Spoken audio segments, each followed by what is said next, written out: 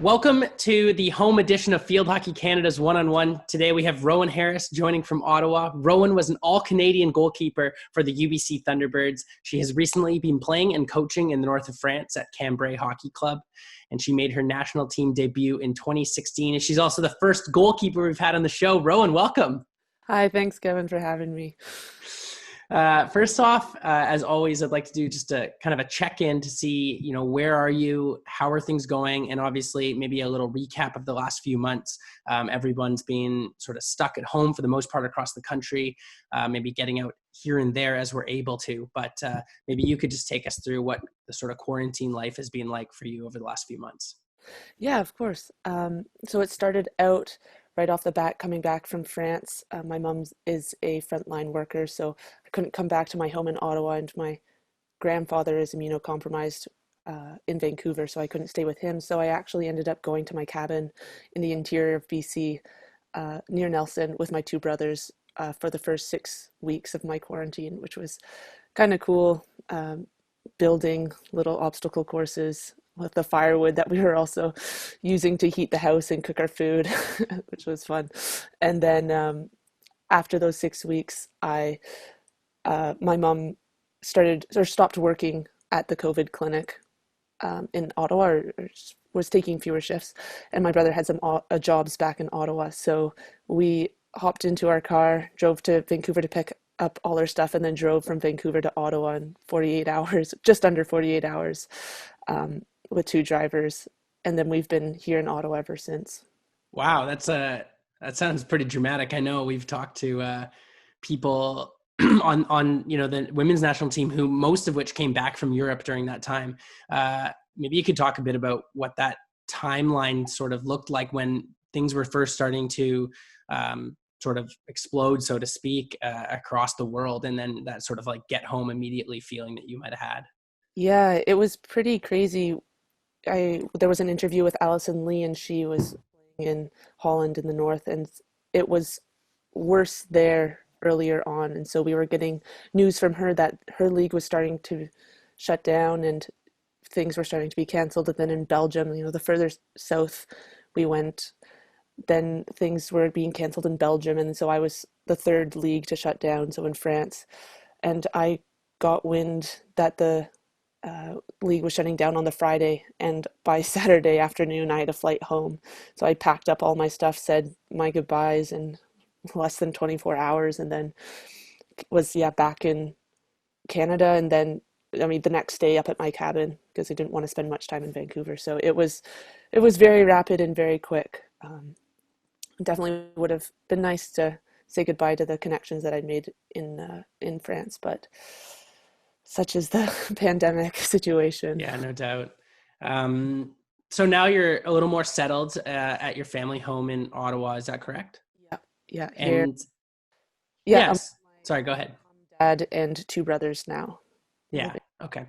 Yeah. And we've been talking to athletes over the last few weeks about how they've been making do, trying to sort of stay in shape and stay fit and stay engaged with the sport. How has that been going for you, and how have you been managing that side of things?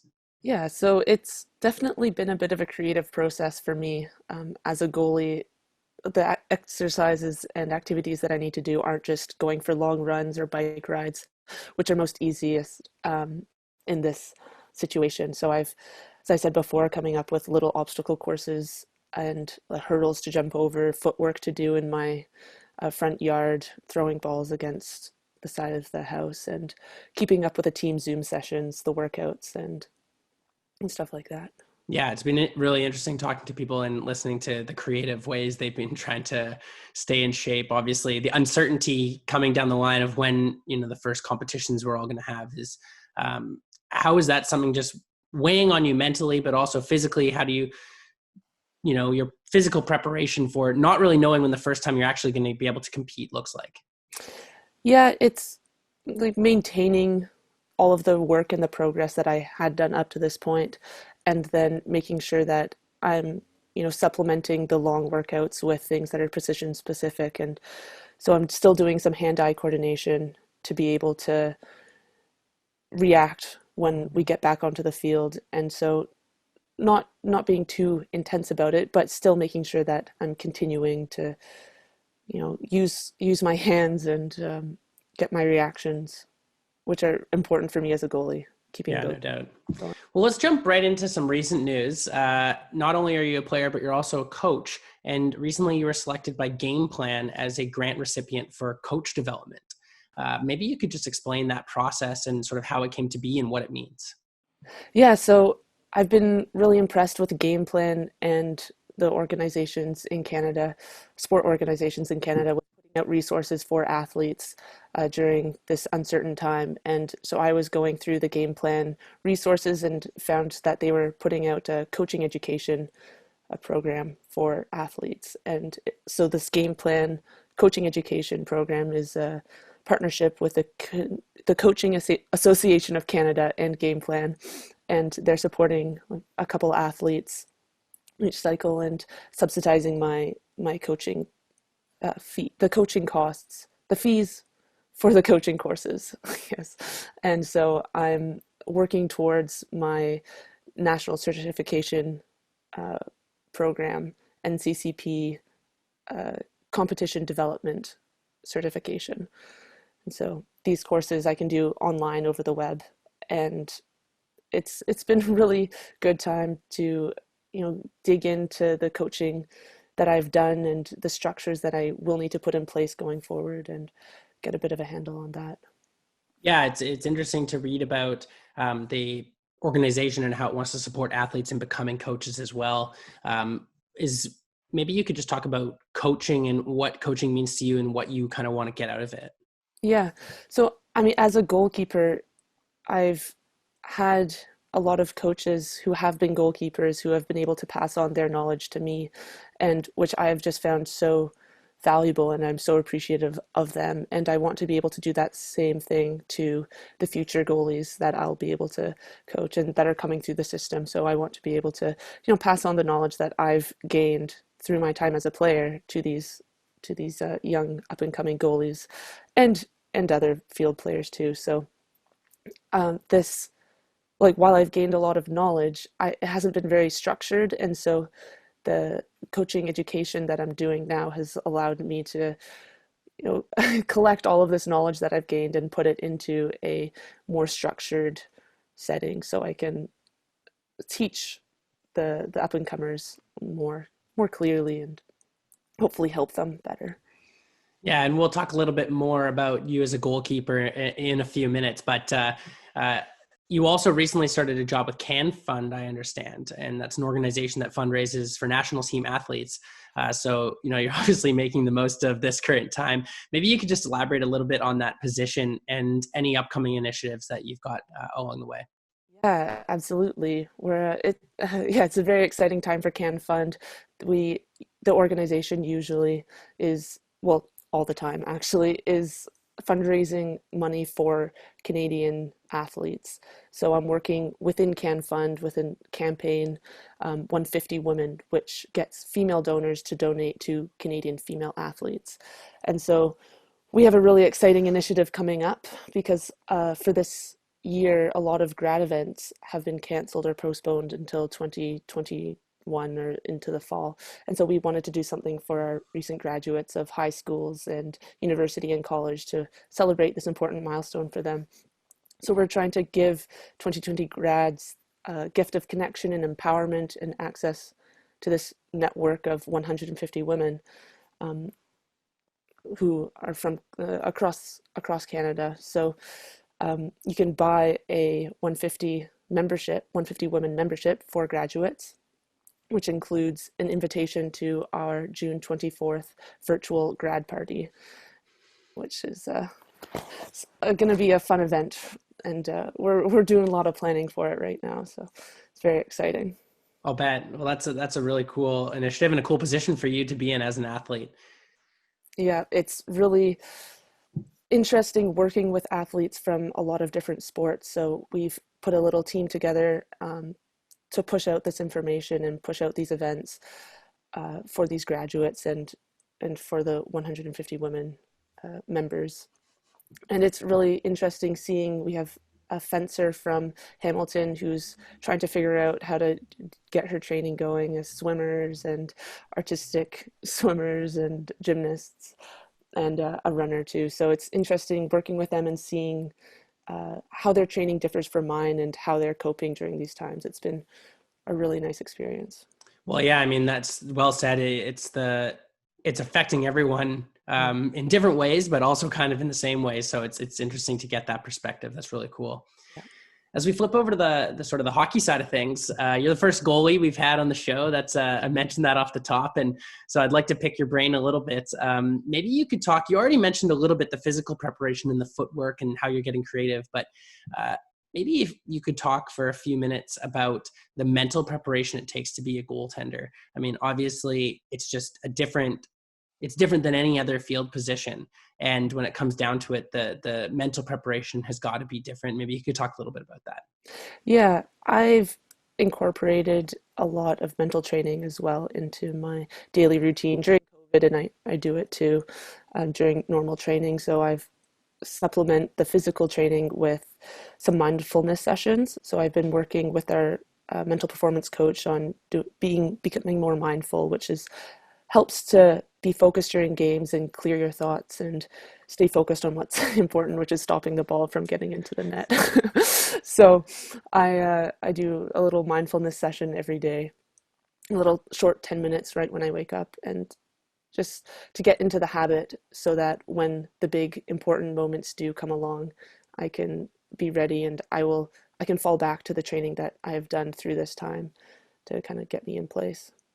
What's your thought process going into a big game? I know probably for a lot of field players, when they get out and they can start sprinting around, things start to fall off and they can get in the zone. But, it might be 10 or 12 minutes before you see your first ball on net or more, maybe. What's your sort of thought process going into a big game, and how do you get into it? Yeah, I like to be prepared going into the game, so I'll get based off of the team debrief. I will have, notes particular to myself and notes based on our opponents and what kind of techniques to expect from them.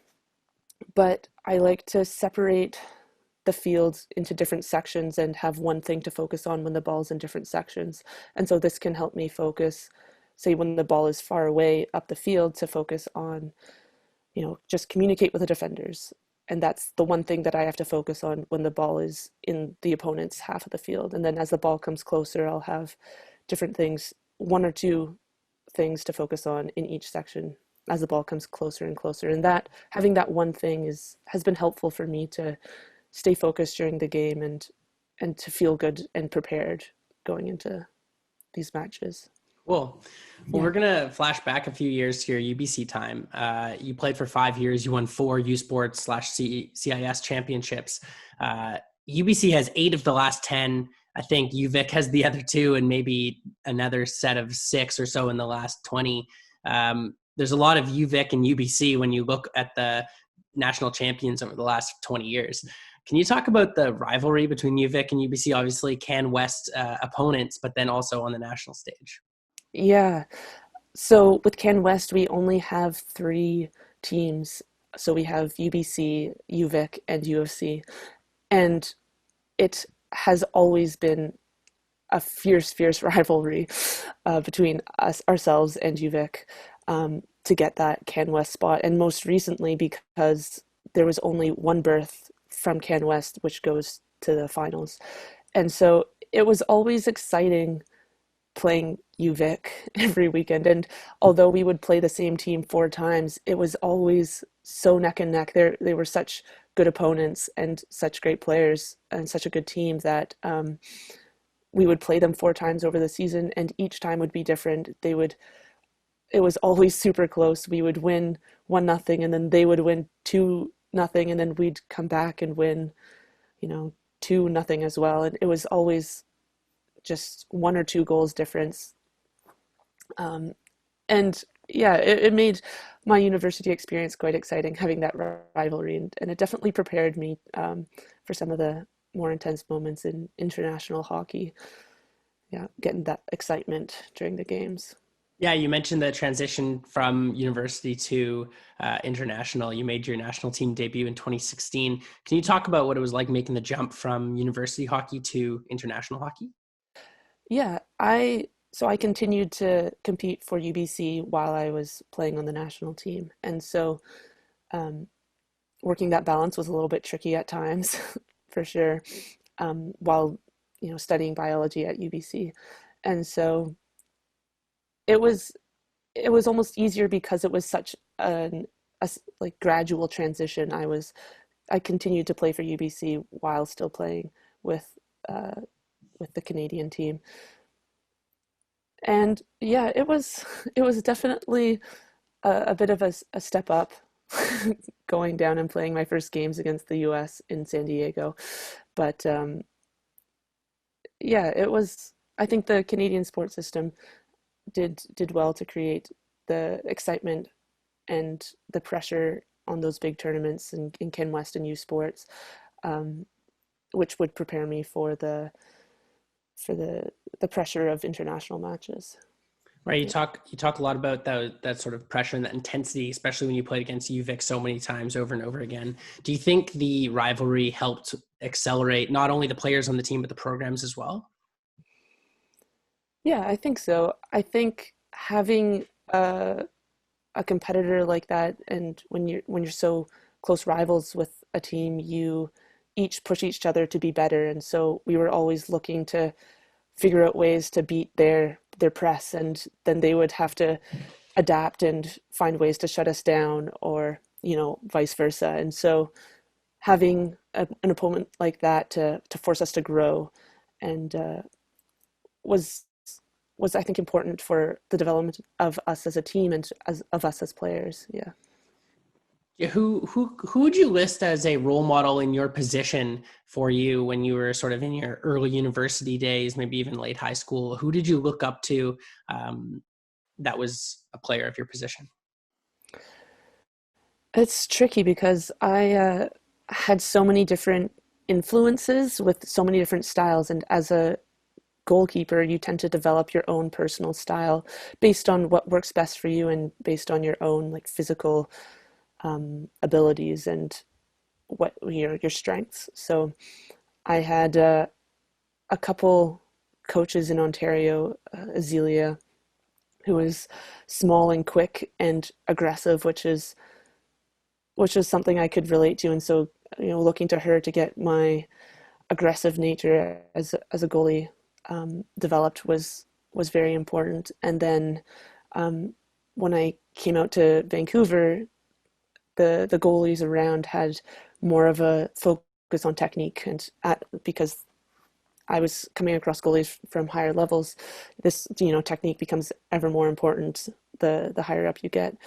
Um, Not to say that we didn't have good goalies in Ontario, but I was becoming involved with the national program in Vancouver, and so my focus became much more on technique, and so I drew from a lot of different sources um, in Vancouver. All of the goalies that I've trained with, Rocky, Caitlin Williams. Um, she's been taking little bits from her. I've trained with Mike Mahood and taking little bits from him to create my own style, and based on my own strengths as a player and goalie. Yeah. Cool. So maybe we'll just finish up in a few minutes here. Looking forward with the women's national team, I know there's, again, we've talked about the uncertainty of when the next international competition is even going to be. The team is staying connected through workouts online. What are you looking forward to getting back out in the field, and when that does happen, what's next for the team? Yeah, so we're working towards the 2022 World Cup right now, and so qualifications would be coming up soon in the fall or spring, and so we would be looking to prepare for that and just get back touches on the ball, get comfortable again, get back to that space we were in leading up to the qualifier, which was very high quality hockey, quick, and yeah, so just getting back into that comfortable that zone that we were in before, I think would be what we're looking forward to. Yeah, I guess the next step is getting there. Awesome. Well, I'll leave you with this final question here, Rowan. Not related to hockey at all. What are you most looking forward to doing when the restrictions do lift and the pandemic starts to ease over the next several months and, predicted? What are you most looking forward to doing when things are a little looser and you get to get out? Yeah, I'm just excited to, see my friends and see my teammates. I was in the cabin in the woods for 6 weeks with my brothers, and then I'm in a house with 5 people now, and having a change of faces would be great. So just getting back and connecting with all of those people, my teammates and friends, is definitely high on that list. Nice. That seems to be a common answer, and I'm glad to hear it. So thanks very much for joining, and I appreciate it. Okay, thanks, Kevin.